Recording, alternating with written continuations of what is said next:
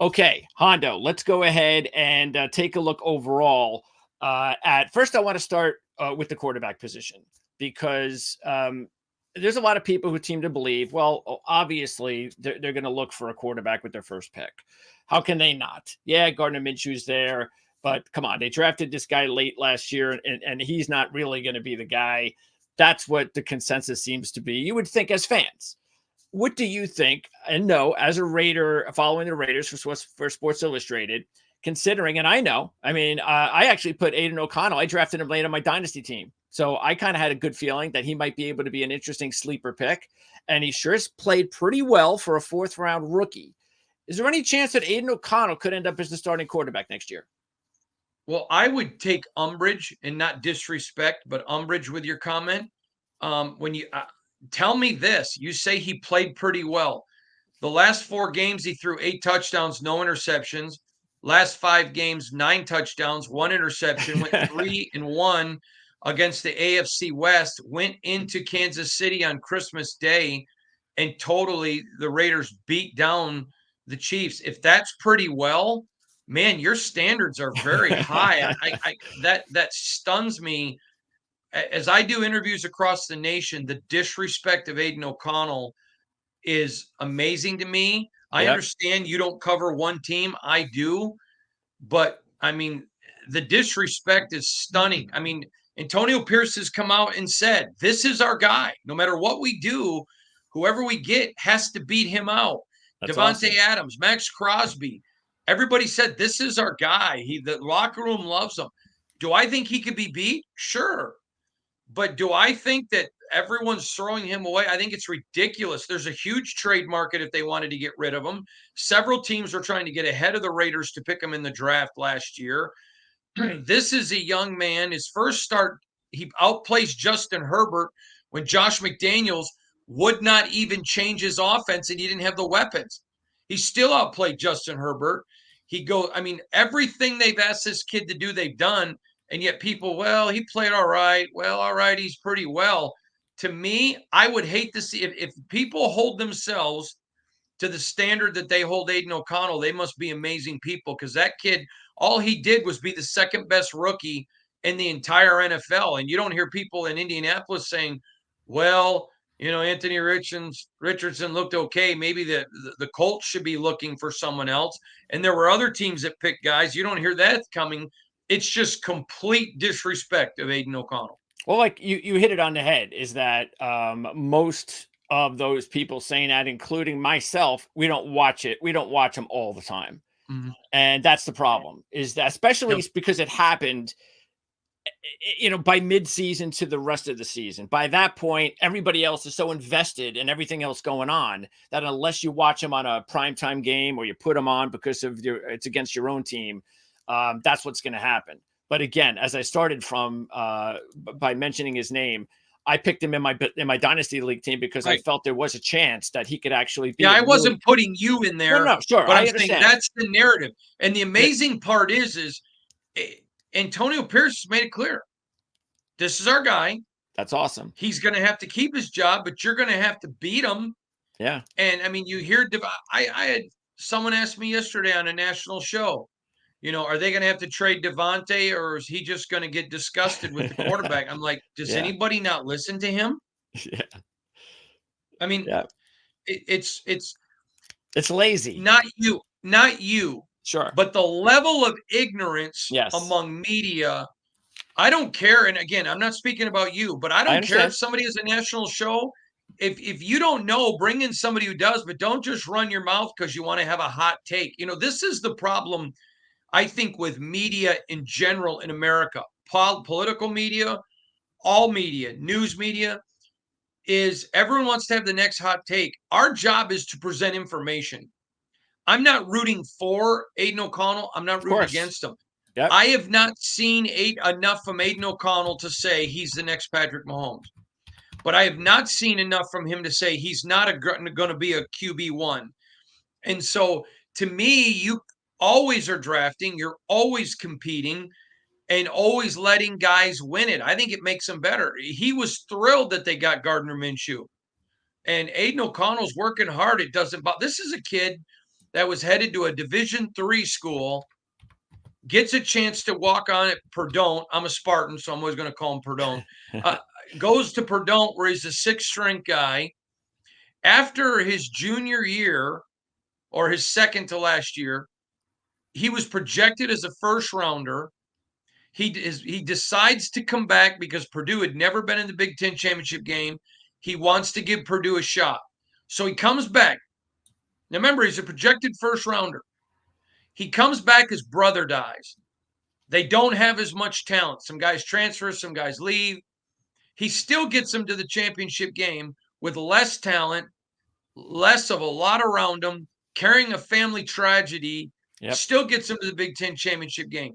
Then he comes in and he's relegated to, okay, you sit in the back behind Brian Hoyer and Jimmy Garoppolo. We'll develop you later. So then Jimmy goes down. They play him because he'd played so well in preseason. That's what everybody wanted. They did not want to play him. I had reported earlier in the week that they went to the Bolts that it was going to be Brian Hoyer. And I can tell you factually that was the plan. But so many fans and so many people wanted Aidan. They make the switch. They go to Aidan. Josh McDaniels does not alter the offense.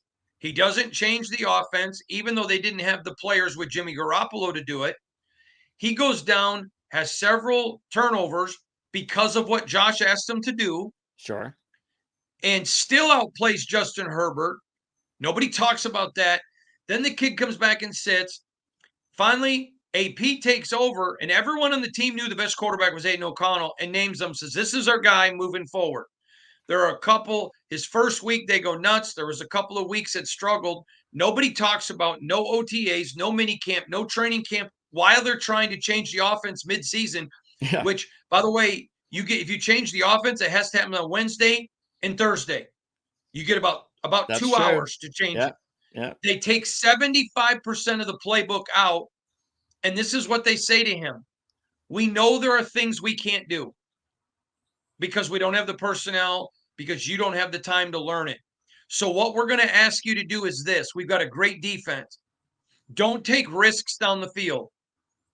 Don't do that. I know earlier on we asked you to. We're asking you not to. So what did he do? He just protected the football the last 5 games. He did exactly what is asked. Goes 3-1 against the AFC West.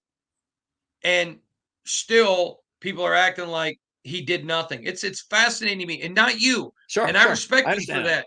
But it's just stunning to me. Yeah. The amount of people.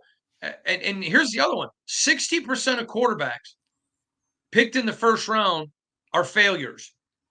So you've got a new GM and a new coach with a quarterback that the team believes in. You go get Gardner Minshew. I've said all along they should draft someone. I think J.J. McCarthy's the best player in the draft. Don't think they can get up to get him. But you got this kid, and now people want to throw him away. Do you know there were people this year wanting to throw Jordan Love away, and now they're talking about him as the next Aaron Rodgers? Oh, yeah. There were people after Peyton Manning's rookie year who said Peyton Manning is a bust. He can't throw a completion. Get rid of Peyton Manning. Sure. You can go on and on. Tom Brady was a bust after 1 year. And so all these armchair critics, and you know what? They may be right. So look I had a hot take. Yeah, right. Well, you know what? Hot takes, even a clock without a battery is right twice a day. Yeah, that's why I try to remind everybody. They don't understand how it was back in the 70s and 80s, what these quarterbacks like Bradshaw and Phil Simms went through when, because they did get chances, but they were murdered by their fan base for years. They couldn't stand them. We couldn't understand why the coaching staff just kept throwing them out there. Look at how the Giant Nation treated Phil Simms. Oh, terrible. It was, and my father had season tickets, so I know it was brutal. They hated him, and yet he wound up bringing him Super Bowls, and of course we know what Bradshaw did. And Elway was the same way. Think about this one though. Rich Gannon, Jim Plunkett. Yeah, these are big time Raider quarterbacks. Were throwaways. Yeah. That when the Raiders got him, people were like, "Why are you getting him? He sucks." Yeah. That's why Aidan O'Connell sounds like the perfect rookie, perfect draft pick to go to the Raiders. And that's the thing too that we're starting to see now, that these you would believe the general managers understand what's going on here. The quarterbacks that are having success right away, especially in the NFL, the Brock Purdy's, the Aidan O'Connells, what do they have? They have experience. They don't leave after a year or two. They're there for 4, for 5 years. They've got all of that experience. They bring it into the NFL. That's why they're able to have some instant success. Now, we're not sure how Purdy and O'Connell, like you were saying, what kind of ceiling they're going to have. But just the fact that they're showing that they belong in the league, I think should make these general managers think twice before just mortgaging the future on early round draft picks at quarterback. I was talking to a GM who has selected tremendously well at quarterback over his career. I would say if you were picking the 5 best GMs at picking quarterbacks, he would be one of them. Okay. And he said to me, Parcells used to say, you want a guy with a bunch of reps who's thrown a bunch of balls. He goes, so you're going to tell me you're going to go get a kid who's not worked under center. He's going to have to play some under center in the NFL, and yet you're going to want him to come in and compete. And he goes, and everyone always says the secret is let's move up to get a quarterback. He goes, look at the number of quarterbacks who've won Super Bowls that weren't number 1 overall picks or 2 or 3. And he goes, and look at the 60% fail rate. He goes, quarterback in the NFL, he goes, if you're not me, he goes, is basically it's your pink slip. You're getting fired. And I just think it's fascinating, and there's going to be a lot of good quarterbacks there. It's like Michael Penix, great kid, great smooth ball, super character, but he has multiple injuries. Oh yeah, and it's not at one position. So like this guy says, do I like Penix? Yes. Do I think he has a chance to be a great NFL quarterback? Yes. But I'm not picking him in the first round. No. Because the bad teams keep missing in the first round. Yep. And that's why they keep selecting there. He goes, I wouldn't touch Penix. He goes, probably till the 3rd, but at least till the 2nd round. Because if he fails in the 2nd round, it isn't the end of the world. But he goes, I can't afford to miss with my first round pick. He goes, but chances are somebody's going to pick him in the first round. And if they hit, everyone's going to say, woo. But if he misses, and there's probably an 80% chance he's going to miss, he goes, then all of a sudden, oh, that GM sucks. He loses his job. Why? Because you went for the shiny object. Yeah. Well, it's interesting you bring up Penix because I was just surfing after you mentioned that regarding the mock draft. And I went right to Daniel Jeremiah's. And what do I see there in his mock draft? Michael Penix going to the Raiders. So here's the question then, because you were saying, well, maybe they could draft a quarterback early. But in my opinion, hearing what you've had to say about O'Connell, I don't see why the Raiders should then draft a quarterback in the first round. Why should they? They have other major needs to fill. If you wanted, I have no problem with drafting a quarterback in round 2 or round 3. There are some decent quarterbacks that might be available in round 2 and round 3. I don't know where Bo Nix is going. Maybe Bo Nix slips to the 2nd round. I have no idea. And you mentioned all the offensive linemen that are going to be drafted in the first round. That is, to me, speaking, general managers maybe getting it and understand that there are no offensive linemen in this league. It is so hard to find quality offensive linemen. I know, I'm a Jet fan. I know I've just been through murderous the last couple of seasons with terrible offensive lines. No matter how they try to fix it, you have to go out. And even though, like, for instance, even though they've gone out and signed 2 major and traded for one, they're going to use their top pick on an offensive lineman. No doubt about it, because they have to improve their offensive line and keep these quarterbacks healthy. We saw too many quarterbacks injured last year. Well, here's the other thing that a lot of people don't think about is a quarterback can't complete a pass if he's laying on his ass. Yep. And it just, okay, so let's use your Jets, for example. I am not an Aaron Rodgers hater. I actually really like Aaron. Okay. So I want to say that to start out. Okay. Because I think your franchise is horribly run. And you went all in on Aaron. You're making all these moves. Okay. And that's great. But anything short of a Super Bowl next year, and the Jets ownership should fire your coach and general manager. You got to make moves. I understand. Look at what the Rams did. I said, listen, Matthew Stafford's a guy I know well, got a great relationship. I love Matthew Stafford. I think he got a raw deal in Detroit by all the idiots that said he had to go. How's that working out for you? Yeah. I know it's Yeah. going good with Goff, Sure. but he won a Super Bowl.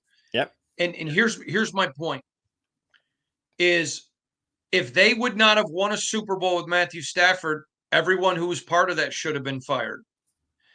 And when you look at what the Jets have done, I believe permanently hurt your franchise's future by basically making it's Aaron or bust. Whatever Aaron wants, we're going to have to do happen.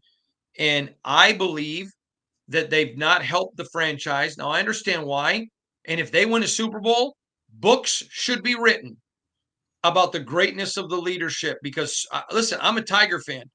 I remember when they traded Johnny Smoltz for Dole Alexander. Oh yeah, I remember that too. Okay? Yeah, but they won a World Series. They won. Yes, so they did. And so now Johnny Smoltz was my wife's third grade boyfriend. They went to school together, so I know Johnny well. Okay, and you try having a wife whose ex-boyfriend was Johnny Smoltz. But anyways, but when if they would not have won a World Series, true. Johnny was from Michigan. He's back in Michigan all the time. Every time Johnny Smoltz comes back, people are like, yeah, I sure wish the Tigers would have kept him for 15 years, but we got a World Series. So it worked out for both parties. Yes. If the Jets don't, they have mortgaged their future on the now and failed. And Woody should go through and fire everyone. Well, that's the reason why, because I'm one of the very few that have actually felt and still feel that Zach Wilson has potential in this league if he was coached correctly. And I think that the whole plan was to keep Zach there with Aaron so Aaron could help Zach. And that just fell apart, obviously, last year. You didn't hire an offensive coordinator that knew what he was doing. You didn't do anything to help Zach Wilson. It was all about what could we do to build this team around to help Aaron Rodgers. And when he went down, they just fed Zach Wilson to the wolves. He had nothing to help Zach Wilson with. And so they blame Zach Wilson on everything. And if you watch him enough, like I do, you could see there's talent there. And you know that if he gets in the right hands with the right coach, he's going to have a successful career in the NFL. So what I'm hoping, keeping my fingers crossed, is please don't trade him. Because if you trade him, then it's exactly what you're saying. Because if they do win a Super Bowl, what do they have after that? They got nothing. They got no quarterback to take over for Rodgers. They're just, okay, they got a Super Bowl, but where do they go from there? If they keep Zach, at least they've got somebody that can pick up the mantle and maybe keep this thing going for another 5 or 10 years. But that's the way I look at it. But let me defend you for a minute. You've done nothing to develop Zach. No. So when you say we got somebody for 5 or 10 years, well, now you've got a guy that's been in your system 3, 4, 5 years and nobody's developed them. It's just, to me, if you look at the Bears, who could have got a lot more for Justin Fields. Yeah. Okay. They blew it. They absolutely blew it. I think they're going to pick Caleb Williams and the whole group's going to get run out of Dodge. Yes, they're going to. Okay. I'm going to tell you something that'll blow your mind and the mind of your listeners. The Steelers got more for Kenny Pickett than the Bears got for Justin Fields. Yeah. That is unbelievable to me. It's because one group has leadership, one group does not have leadership. Yeah. So here are the Jets. You go get a coordinator that works with Aaron. Nothing wrong with that if you win a Super Bowl. I have no issue with that. None. I don't think they're going to win a Super Bowl. I agree. You've done nothing to develop Zach Wilson. Nope. If I'm the Jets, I trade Zach Wilson because I know I'm not going to develop him. Yeah. Yep. I know we're not going to develop him. So that way, when Aaron's done, we can go pick a quarterback and start there. Yeah. But to me, it has just been there are so many bad teams. The Jets are bad every year for a reason. The Bears are bad every year for a reason. And, the Raiders have been bad every year, but now you're starting to see that a little bit of a change there.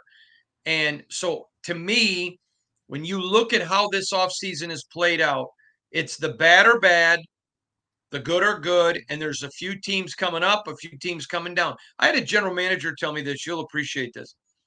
He said there are 8 teams in the NFL that know they have a quarterback that can win a Super Bowl. There are 8 teams that think they have a quarterback that can win a Super Bowl. And there are 16 teams that are hoping to just get one of the upper 16. So you got 16 teams every year that need a quarterback. And then you look at 8 of those teams and maybe 12 of them that at least need a backup that maybe they're looking at develop. Quarterback is the most important position in the league, but yet it's still a team sport. It's still a sport. I have a very good friend, Benny Fowler, who played on the Broncos. In fact, caught Peyton Manning's last touchdown in the Super Bowl. And everyone talks about Peyton Manning, but when you talk to Peyton Manning about winning that Super Bowl, he talks about the Benny Fowlers, the role players. Absolutely. And you can't win without them. This is not the NBA. It's not the NHL where one goalie can just carry a team and you can win one zip. It's not baseball where one pitcher in a 7, game series can pitch 3. Yep. This is football. And so when you are so invested in one player that you don't develop, am I the only one that thought the Jets defense went backwards last year? You had a pretty decent defense, but you go all in for all of a sudden you go all in for Aaron Rodgers. It didn't seem to be as well as it should have been. And I watched the run him defense wasn't very good. Yeah, the run defense really was not very good. And because all the focus is put one where I just think, bad teams are bad for a reason.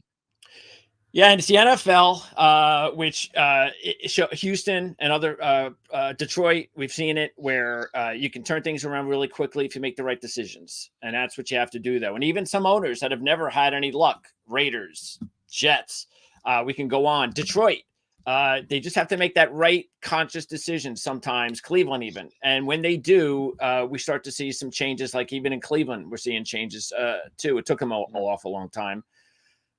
But Cleveland, I am not a buyer. That's a house of cards. The whole Deshaun Watson thing? Yeah. Well, they're married to a guy that it doesn't produce. They're married to a guy they can't get away from. They're the mockery of the NFL. That contract is exactly the reason Cleveland is Cleveland. Yeah. I am your death angel, Cleveland. Until you get new ownership, you're going nowhere because the fans are awesome.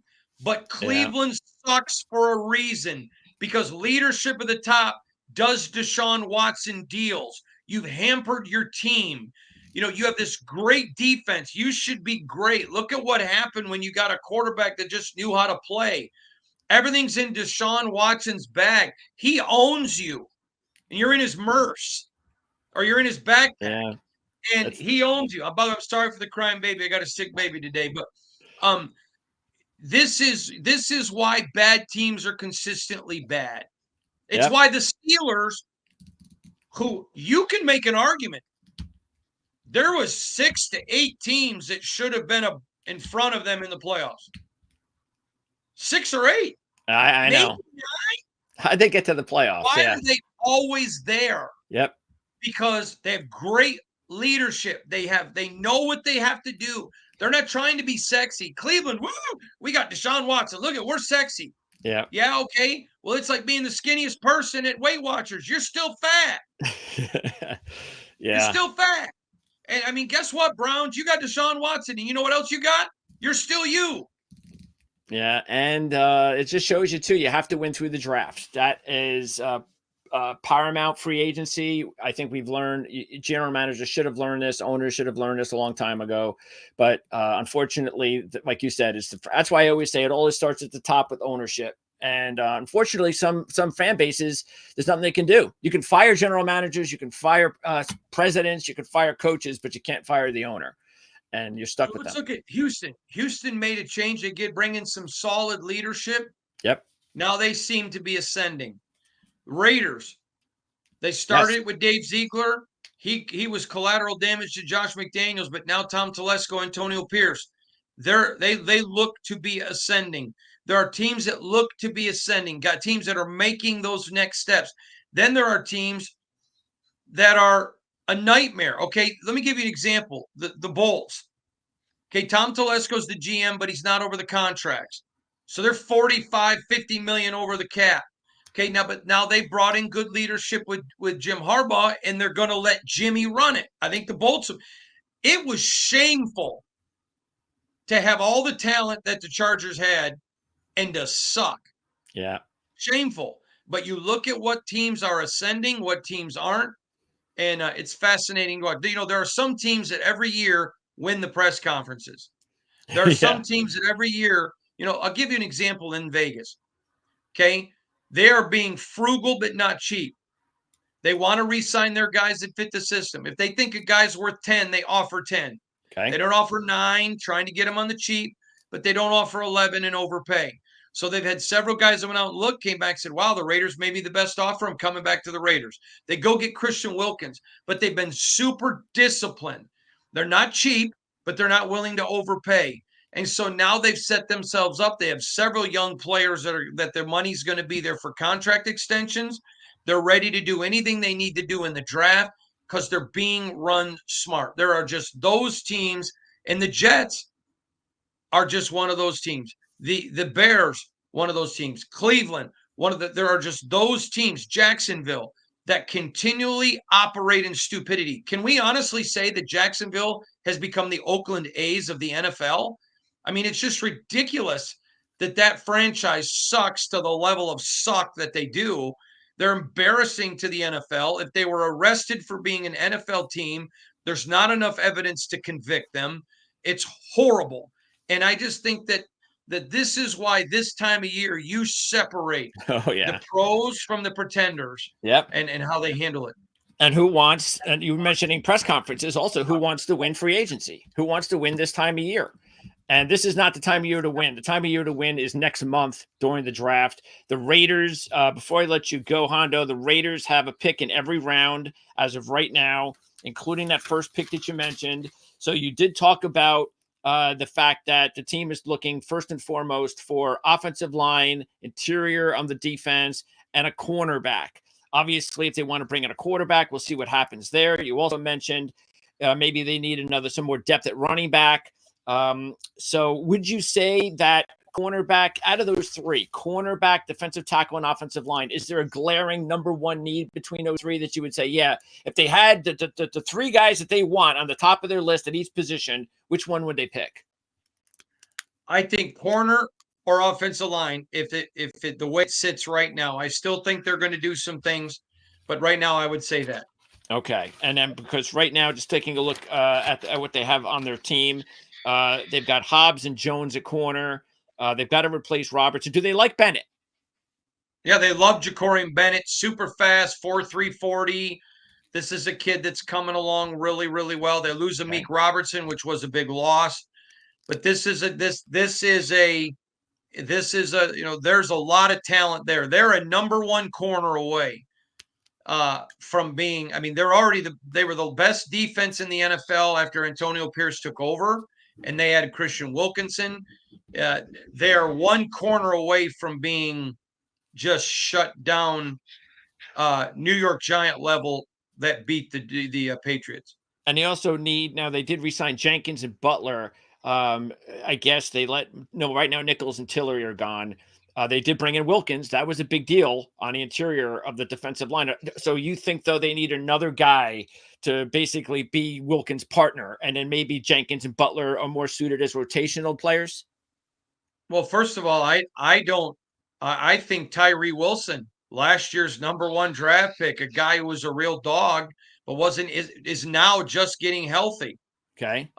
He looked very good the last 5 games of the year when they moved him to defensive tackle. Okay. So, he's there. Malcolm Kuntz is there. That's a guy. Max Crosby and Malcolm Kuntz were the number one defensive end tandem after Antonio Pierce took over. So they're just in great shape. Right now, they're a luxury. Okay. They're looking for, some guys, but they're going to be luxury picks, not, oh my God, I got to have them. Okay. And offensively, you take a look at the 2 offensive line positions. Van Routen is still a free agent. They lost to Luminor. So they definitely have to add they've got Thayer Mumford, who they wanted to win the tackle job last year. Instead, he backed up Luminor, and he backed up Colton Miller and played both well for their injured. So he could start at right tackle if they don't pick one. Like I said, they've positioned themselves now to pick the best player. It's not a glaring need. All right. And by the way, Zamir White, would you like him yourself? A lot. That's why Josh Jacobs isn't here. Yeah. They didn't have to overpay because, Josh was injured a lot of last year. And when they went on that big run, that big winning run at the end of the year, it was all because of Zamir. They don't beat Kansas City at Kansas City without Zamir. They love him. He's a bell cow. He's going to be great. He's going to be fine. Trey Tucker, how did he look? They love him. That kid was taking reps from a lot of people. He is a superstar in the making. Superstar, super fast. When you had him with Jacoby Myers, you had him with Devontae Adams, and you look at all the talent they have, that's another position that they could, take a person in the draft at as a wide receiver, not in the first round, although yes, Neighbors certainly would be a great pick if he fell. I don't think he would. But again, that's a position where they could use another guy. Yeah. But it's going to be hard to go do a early pick. You've already got Devontae, you've already got Jacoby, you've already got Trey Tucker. That would come later in the draft. And Meyer, I know Meyer had, it looked like his typical rookie tight end ups and downs, but there's no reason to believe that he isn't the answer there long term. He's a total stud. That kid is going to, I will be shocked when his career is over if he wasn't the best tight end of the 2023 class. Yeah, absolutely. I can see that happening. Matter of fact, I picked him up on my Dynasty League on waivers this past year. So I was happy about that. I was like, why did somebody just drop Michael Mayer? And we have some really good, smart fantasy guys. But I was able to pick him up, so I'm pretty happy about that. All right, so I've invested enough of your time today, Hondo. Great job. That was awesome talking to you. And I look forward to the opportunity to talk to you again sometime between the draft and training camp. All right, buddy. Appreciate you. Thanks for having me. You got it.